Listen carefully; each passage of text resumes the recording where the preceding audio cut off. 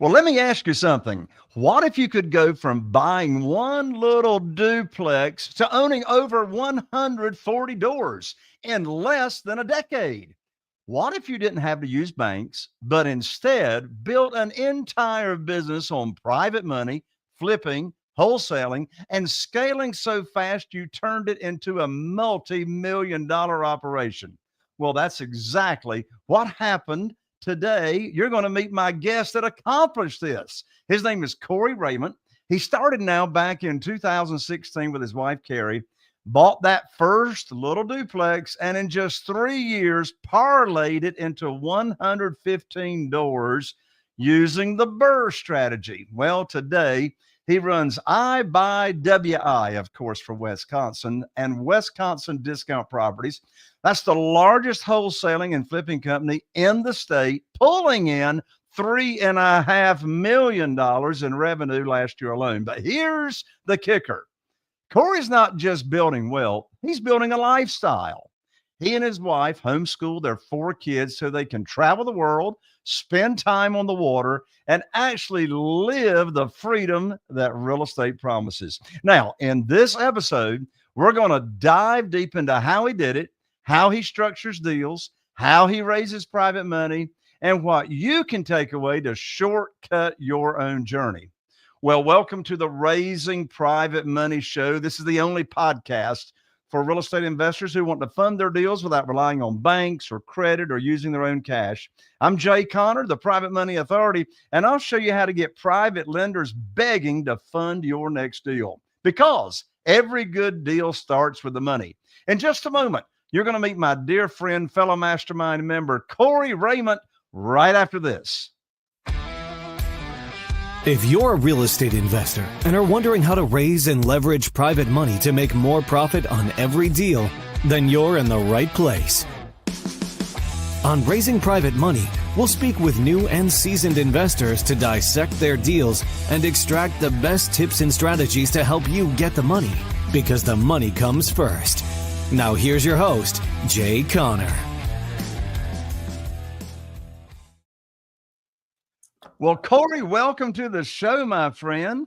It should be welcome back, Jay. I was on here like 4 years ago or 5 years ago, I think, man. It's been a while. Man. Corey, that's been too long. I'm glad to have you back. Well, look now, I want you to take us all the way back to 2016, when the story began. What gave you the conviction to buy that very first duplex? And did you have any idea that it would snowball like this? No clue, man. I mean, you always have that big vision. If you're I think a lot of entrepreneurs, especially when you're starting a business, you got to set some goals and some, they call them the BHAG goals, right? And, there was probably some of that. One of the big goals for my wife and I was to get to 100 doors as quickly as we could. And what do you want to call it? Like the scary part about that is getting that first one. When you get 0, you're like, how in the hell am I ever going to get to 100? I don't even have 1, right? So there was definitely a lot of fear, but a good friend of mine who's in the real estate business as well. He's got like 6,000 units, crazy unicorn animal. But I remember he always talked about like intensity level. How intense do you want a certain goal on a scale of 1 to 10? And people who are at a 10 are going to do anything they can to get to said goal. And I think for me, when I got into this journey, my intensity level was probably an 8 or a 9 to start this journey. And so there was a lot of fear, a lot of being scared, all that kind of stuff. But the intensity to get over that was greater than the fear that was going to hold me back, I think. So that's what got us going. Now you're using this word intensity. Intensity. I'm not sure I've heard someone use it quite like that. So dive deep on that word intensity. How does someone become intense, practically speaking, about achieving any goal? Well, I think it comes down to the motivation, the why, right? Like, why are you doing anything in your day? And sometimes we do it unconsciously and we're just going through the motions, right? And I would say that intensity level is at a pretty low level, right? When we're actively pursuing something and we want it really, really, really bad, I guess, if I'm going to put it just in those kind of terms, that intensity level, if it's consuming our thoughts, our actions, and everything that we're operating on a conscious level, that intensity level's up closer to that 10 level. And it really depends on how you're going to prioritize certain things. What are you prioritizing your time with, how you're spending your money, how you're, what you're consuming, all of that kind of stuff, I think plays into practically getting yourself to that higher level of a 10, right? And a lot of times when we're talking to other investors who are looking to, pick up deals from us that we're selling or whatever the case is, early on, that's one of the conversations I'll have with people is like, where are you at on wanting to reach your goal? And we'll first figure out what their goal is. Then we'll sit and talk about like, well, where are you at on how badly do you want this goal? If you had to put it on a 0 to 10, and if they're closer to that 10, then we talk about some of these practical things. Well, what are some of the things you're doing, the actions that you're doing in order to, make sure that you are going to be going at it at that type of intensity level that you need to be at. So when you use the word intensity, it sounds like the same root word of intensity has got the same root word as intention. Yeah. So intention, intensity. So when you're talking about intensity, you're talking about your focus. You're talking about your top of mind awareness. You're talking about the massive action steps that you consistently take to that focus, keeps you on track with. But a lot of entrepreneurs, including myself, we have this challenge called distractions. Mm-hmm. Distractions. So how do you deal with distractions and shiny object syndromes to keep yourself intentionally focused on the goal? Well, that's a tough part for any entrepreneur, I think, Jay, right? Especially in real estate. There's so much under the real estate. I was having a conversation with another investor a week ago, and that was part of our conversation was like, we say real estate. There's a big old umbrella over the top of real estate, and there's wholesaling, there's fix and flip, there's rentals, there's private lending, there's note buying, there's mobile home parks, there's commercial buildings. There's like so much underneath that real estate umbrella, which I think for those that love this industry, one of the reasons that I love it, and I would say a lot of us love it, is you can never stop learning. There's always more to learn. There's always more to grow in this business. And I think that's one of the exciting parts. It's also one of the traps, right, that we can get into. I used to joke, I used to listen to the Bigger Pockets podcast back in 2016, and I'd call up Carrie, my wife, and I'd be like, guess what, honey? You know what, that whole buying rentals thing, we're not going to do that now. We're buying hotels. Yeah, that's what we're, and of course that didn't pan out, but I would go into that shiny object syndrome. So I think one of the things that really helped us a lot, Jay, early on was getting really clear on what is our goal and why do we want said goal, right? And for us, it was 100 rental doors as quickly as possible. What did that mean if we could get there? That meant that I'd be able to leave my job and do this full time. Or so we thought at the time. Then we got 100 rental doors. We're like, oh, that's not reality. But that was that was what that goal meant to us. So every time, like, I would start to stray off onto something else. Like my wife, very good at being like, Corey, that's not our goal. Let's get back to being focused and get really good at this first. And then later on, you can go play and have fun and do all these other things. But first, let's get this goal because we both agreed that this is what was going to lead us to the end outcome that we were looking for. So I guess to answer the question long-winded, there's having people that you've talked to the goals about that can hold you maybe accountable to those goals and keep you on track of making sure you're staying focused and you're staying after it. The other piece is always just reverse engineering that goal. So when we say 100 doors, 3, as quickly as we can, so on and so forth, we had to start working that backwards to figure out, okay, what does 0 to 1 look like first? And what are those action steps that we need to take in order to get that first one? And then focus on those action items first. Well, it sounds like your wife, Carrie, is a lot like my wife, Carol Joy, because my Carol Joy keeps me out of the ditches. Yes. And my guess is you and I've got a lot in common. Well, it's not my guess. I've known you for 9 years. Yeah. But us visionaries and creative people, we're like all over the map, right? Yep. We're all over the map. Oh, I got to try this. I got to try this. Oh, this will make it better. Oh, I never tried that. So therefore I should try that. Yep. And we love split testing and we love marketing and we love all those things. Yeah. So with all that in mind, most people struggle to scale past 1 or, for goodness sakes, 2 rentals. How in the world did you leap from that first duplex to 115 doors in 3 years. I mean, that's like, I know our audience is going, how do you go from 1 or 2 to 115 in such a short period of time? Yeah, well, that was an interesting time too. So part of it was, I think, the market at the time, right? We were still able to do a lot of BRRRR deals. A lot of it had to do too with money, So we use a combination of private money. We use community banks. We have some really good community banks here that were handing money out like candy at a parade, back in 2017 through 2020. They were just giving it away, and so the combination of kind of pairing those things up, it was really came down to, like, for me, I always think of, like, this game is kind of simple when we break it down. If we're looking at buying rentals, right? We have a really good property management company, or a couple of them that we work with. And so for us on the management side of the rental piece of it, we don't really have to be too involved in that. Now, you still should manage your managers, a lot of other stuff we go into there. But if I'm just strictly thinking about, like, building wealth, to me, the way I look at it is, like, how do I find deals and how do I find money? And if I do those two things, and that's all I focus on, right? We go back to trying to keep the guardrails. What are the action items I needed to focus on? It was those two things. It's like, okay, find deals, find money, find deals, find money. And as long as I could keep doing those two things, I don't want to say it was easy, because otherwise everybody would do it, but that was the, like, keeping the focus and the intention of, like, okay, I want to get to 100 doors as quickly as humanly possible. Find deals, find money, find deals, find money, and just staying focused on those two action items to build that portfolio quickly were really the two keys, I think, to getting there quick versus, getting distracted with all the other squirrel things that I wanted to get distracted with, and the fun, sexy things.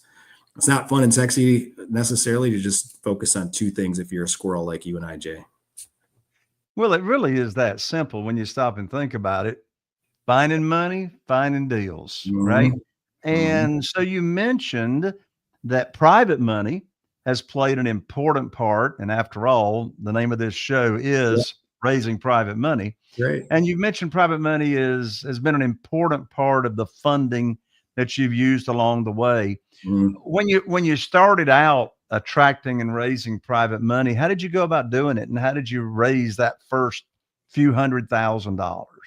Well, a lot of it's your network, right? And you probably talk about this on every episode, I would assume, Jay, but it's a lot of trust, right? And I think you start raising private money long before you ever think you're ever going to get in this game. And what I mean by that is it's your reputation, right? It's how have you interacted with your network, and what's your character track record, and how have you been able to build trust with people through that? Now, social media is a beautiful thing, right? You can build a lot of relationships just from some of the content that you're putting out on your own social media. People can get to know really who they're dealing with through that in a lot of ways. But that first deal that we did was my mom. So she's known me for my whole life. So it was a pretty easy one. But she, it was just starting that conversation. And at the time I wasn't very good at it. I didn't have a lot of confidence in that I was even going to be successful. That was a lot of fear for me. It was, man, I have to make this work because I can't let my mom down, right? Or I can't, like, get her out or, have her lose her money, right? Because she's worked hard her whole life for it. So some ways it was a healthy pressure to make sure that what we were doing was going to be successful, and, getting mentors and people to second sets of eyes and all those things. But after that, starting to build that portfolio, that track record a little bit, I started to figure out, like, and really believe, and I think, Jay, this, anything you sell, you've got to really believe in it, or it's going to be tough to sell it. And for me, I really believe that I'm giving people an opportunity to put their money to work in a very safe investment vehicle, comparatively speaking, to some of the other things. And that's come through my own personal experience. I did some stock market, kind of crazy gambling, as I call it, gambling stuff, right, with my money in the stock market. And I lost like 30 grand or 40 grand in some highly volatile stock back in the 2020 days of COVID. Went to zero, went liquid on me. So that was fun. But through that experience, it reaffirmed my belief in having people put their money in real estate as one of the safest vehicles I think you can possibly put your money into. And so I truly 100% believe that. And so when I'm talking to people about who have money sitting on the sideline for you to put that money to work, and this is an extremely safe opportunity for you, in my opinion. Now, there's risks with everything, right? And so we talk about those risks, but comparing to some of the other options they have, I think it's an incredibly safe vehicle, and I truly believe that 100%. So those were some of the things that I started to communicate to people about investments. And then just the reputation, I think, like I said, it goes back to people saw consistency. People saw that I wasn't just going to be here one day and gone the next day in the real estate space, and that we were building something with good values, and we're a Christian-based company, and we're okay sharing that with people, and that other people who see the values in that were attracted to bring some of their capital. So a lot of the reputation, I think, and trust over time is what really helped bring in something.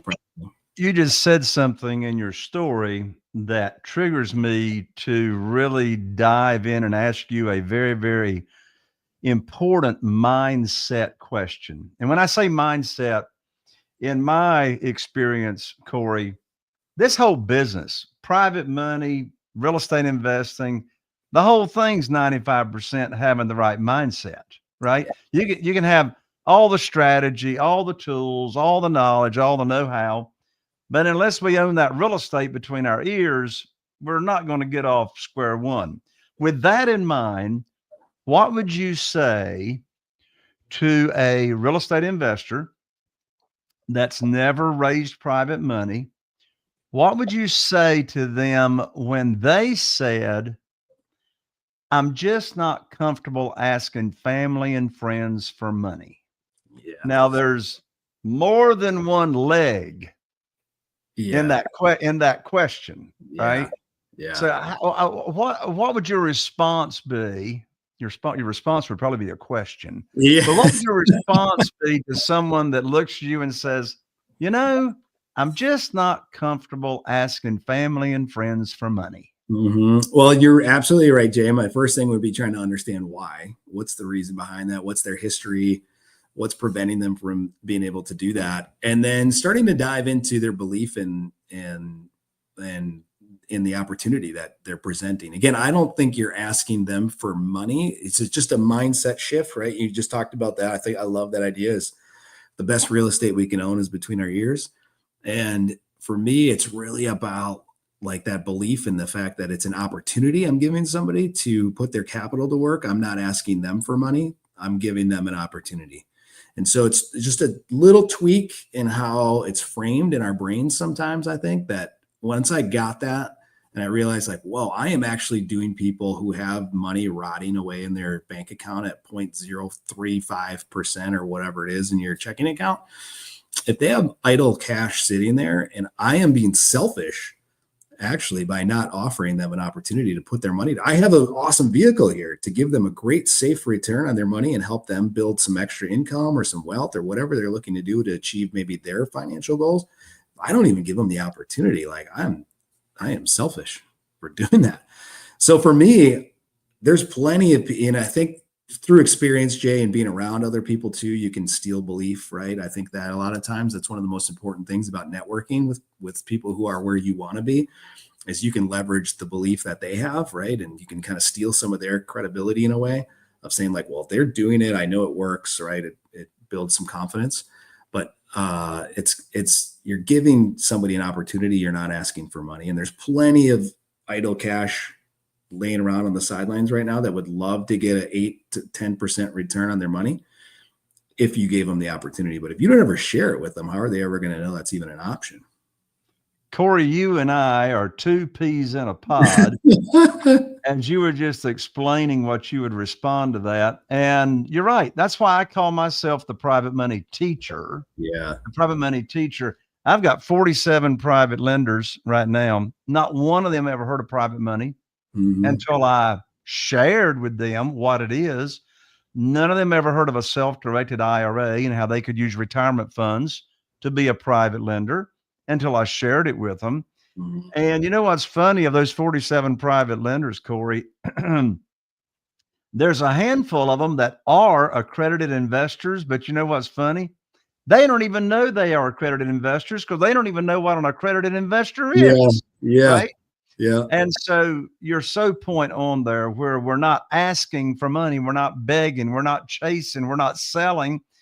And I know a lot of new people that haven't raised private money are thinking that you got to sell. And now, obviously what comes along with that is a fear of rejection. Mm-hmm. Well, I say all the time, how can you be rejected if you never ask anybody for anything?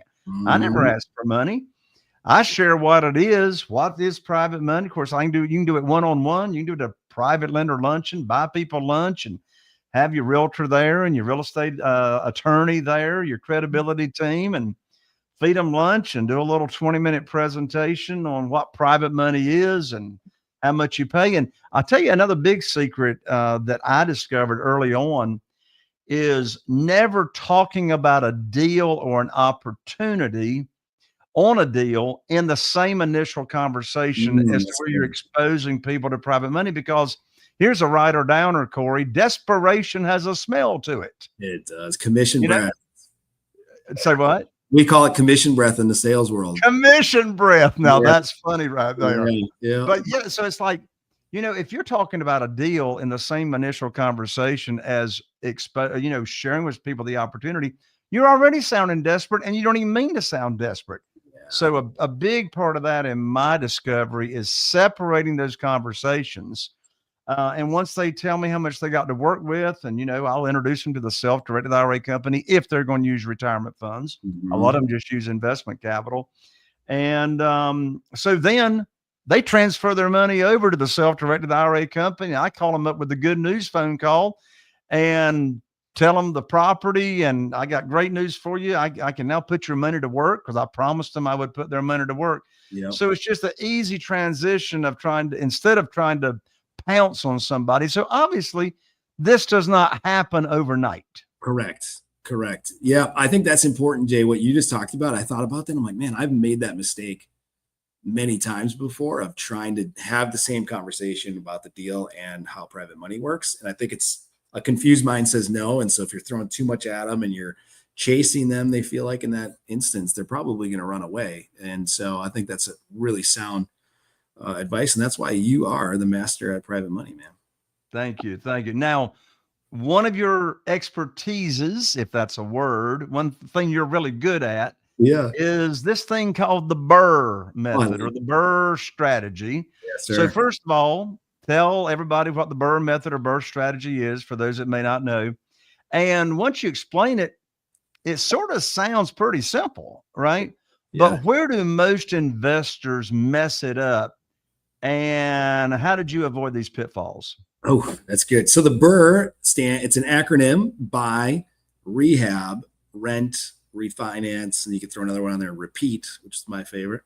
And what it allows you to do basically is recycle capital. And so, Jay, you and I are talking about raising private money. And I think, when you hear, holy cow, 115 units, this guy had to raise millions and millions of dollars. You really only need a couple private lenders, maybe one if they really have, a lot of cash.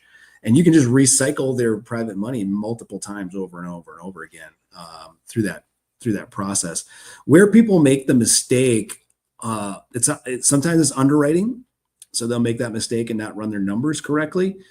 But even in that case, a traditional purchase of a rental property, typically you're looking at putting 20 to 25% down on the property on the purchase. And then if it's a value add property, you've got to come out of pocket for all of this capital. And then a lot of these lenders, they're not going to let you get that capital back out for a while, right? I mean, maybe a year, maybe longer. And so your money's sitting in there tied up, and it's really limiting a lot of growth that you could do quickly, right? And so if you do the BRRRR strategy properly, even if you don't run the numbers correctly, you still should be into that property for a lot less than 20% down or 25% down plus all of your rehab money. Maybe you're into it for 5 or 10% of the total cost of the project. So where they make that mistake. The other thing I think is important is if you're going to use your private lenders. So the way I've used them in the BRRRR strategy, a lot of times either for the purchase, they might cover the whole thing, which is awesome.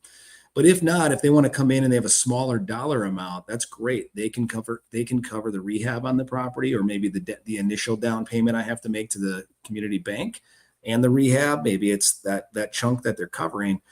Now, one of the things that might make a mistake is if they don't have that conversation up front with their lender about what happens if this appraisal comes in low and we have to keep some capital in this into this project, right? And so that lender you talk to might be expecting all of their capital returned to them in 6 months or shorter, or however, depending on how long of a initial discussion you had with that individual, where you might be in a bit of a bind if you don't have a lot of liquid capital sitting around to cover an appraisal potentially coming in low.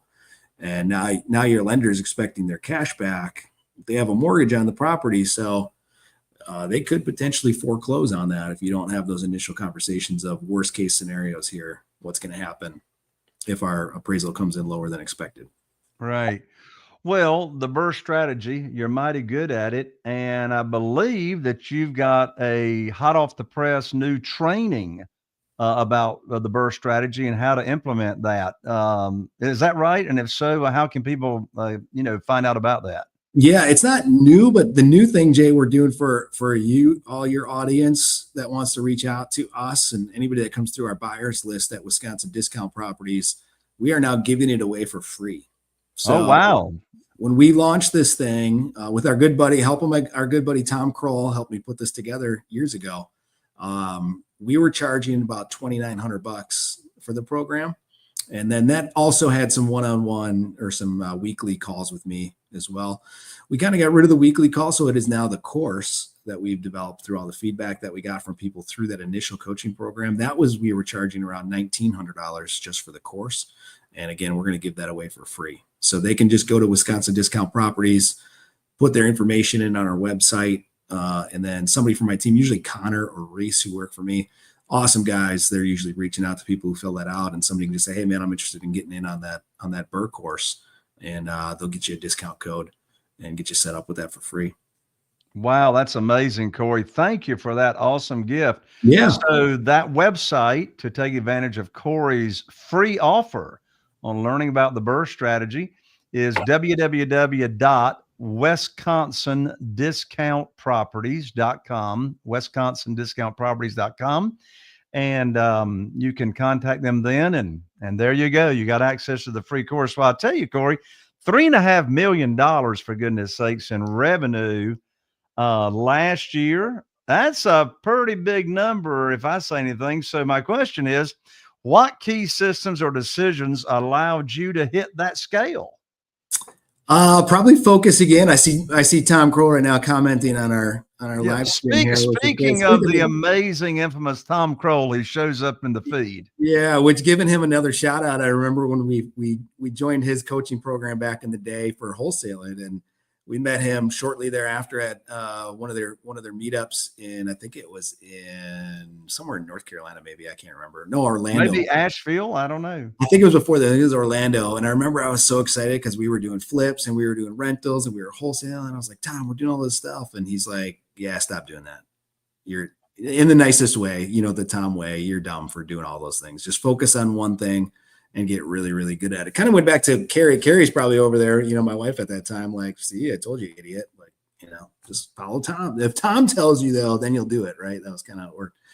But it was it's just really staying focused. We built a team over the last almost decade now doing this. And so we've had who problems, as I call it, who, not how issues in the past. And we've got some really good who's, as I call them, on our team now that are really focused on their specific role within our company.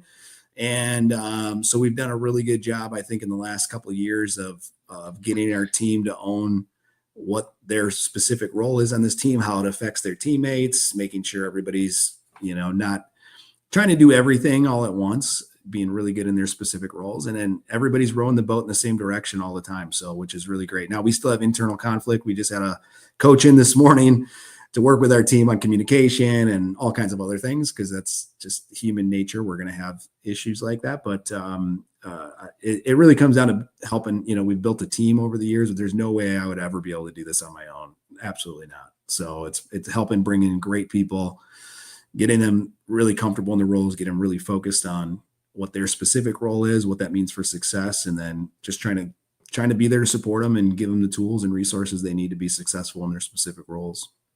So your key systems are people. People. Yeah, it's people for sure. Same thing here. I've had the same acquisitionist that talks to all my sellers of properties for 19 years. Wow. I've had the same realtor for 20 years. Oh my goodness. I've had the same general contractors for 15 years.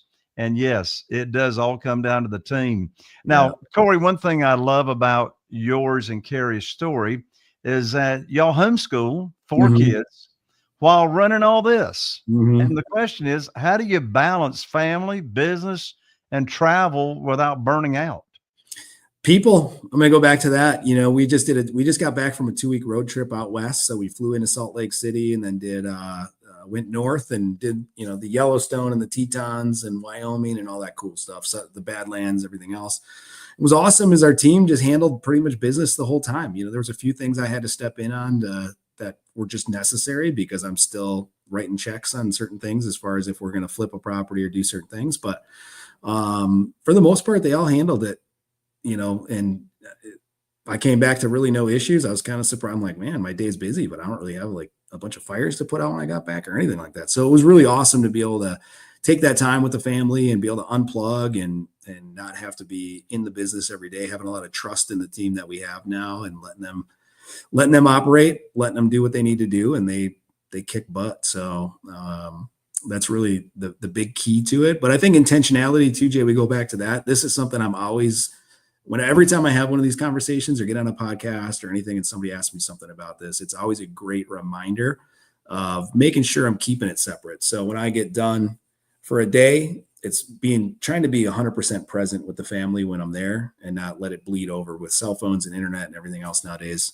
It's really easy to let it bleed into the personal life and family feels that. And so trying to keep it separate. Carrie's good at reminding me in the nicest way when I need to get a little reminder, and it's good. I need it, but it's people and then setting those boundaries, I think, are the two biggest things that are keys to keeping that balance. Yes, that's great advice. Well, let me get you to give one more piece of practical advice before I let you go, Corey, to really give the audience some more value. For someone listening who wants to get started in BRRRR or raising private money, what's the first practical step you'd tell them to take today? Call Jay Connor. Well, you can tell them to call Jay Connor, and I'll tell them to call Corey Reyment, and you'll cover them on BRRRR. Because I've never done a BRRRR deal in my life. I've flipped over 500 houses, but I've never done a BRRRR. We can definitely help the audience on raising private money. We'll tag team them, Jay. I think that's the best way. They come to you for the money and how to get all the cash, and I'll feed them some deals and some strategy on the BRRRR. Well, I'm glad you got the order right, because after all, the money comes first. Hey, Corey, have you ever heard the guru on stage to real estate investors, newbies say, "Oh, just get the deal under contract. The money will show up." Yeah, until it doesn't, and then you look like a jackwagon to the seller. You got to cancel because you can't close the deal. I love it. I love it when they'll say, money finds good deals. And I've got this visual of a bag sack of money with legs that's just walking and running around trying to find a good deal, and boom, it just appears on the front porch of somebody that's got a deal under contract because they're looking for money. Anyway. That's that I won't talk anymore about that. Corey, thank you so much for joining me here on the show. You are amazing, my friend. Thank you so much. Right back at you, brother. Appreciate you being on here, and I always love talking to you, Jay. You always bring a smile, dude, and always bringing my happiness level up every time I see you, man. So thank you so much. And again, go to www.wisconsindiscountproperties.com for that free course on the BRRRR method, and you'll be glad you did. Thank you again, Corey. There you have it, my friend. Another amazing episode here of Raising Private Money. And if you found this of value, listen, you're only one conversation away from making an impact on somebody else. Be sure and just share this episode with just one other person that you believe it would make a difference in their life. And give me a like and a review and 5 stars, and I'll love you even more. I'll see you right here on the next episode of Raising Private Money with Jay Connor. Are you feeling inspired by the knowledge you gained in this episode? Then head over to jayconnor.com/money guide That's JCONNER.com/money guide and download your free guide that shares 7 reasons why private money will skyrocket your real estate investing business right now. Again, that's jconnor.com/money guide to get your free guide. We'll see you next time on Raising Private Money with Jay Connor.